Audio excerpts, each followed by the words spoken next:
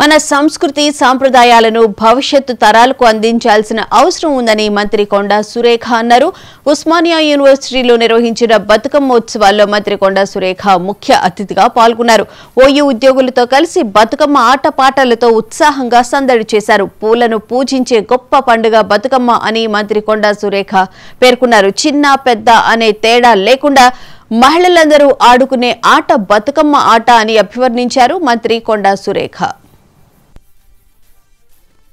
ఈరోజు ఉస్మానియా యూనివర్సిటీలోని మరి NGOs organisation ఆధ్వర్యంలో మరి ఒక ప్రొఫెసర్ కాసిం గారు, అదేవిధంగా మహిళా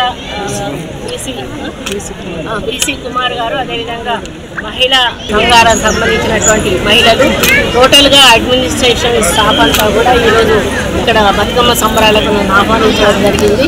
మరి ఈరోజు వాళ్ళతో పాటుగా బీసీ గారు సతీమణి కూడా వచ్చి ఈ యొక్క కార్యక్రమాన్ని ప్రారంభించి మరి వాళ్ళకు వైఫ్ కూడా మాతో పార్టిసిపేట్ చేయడం చాలా హ్యాపీగా ఉంది.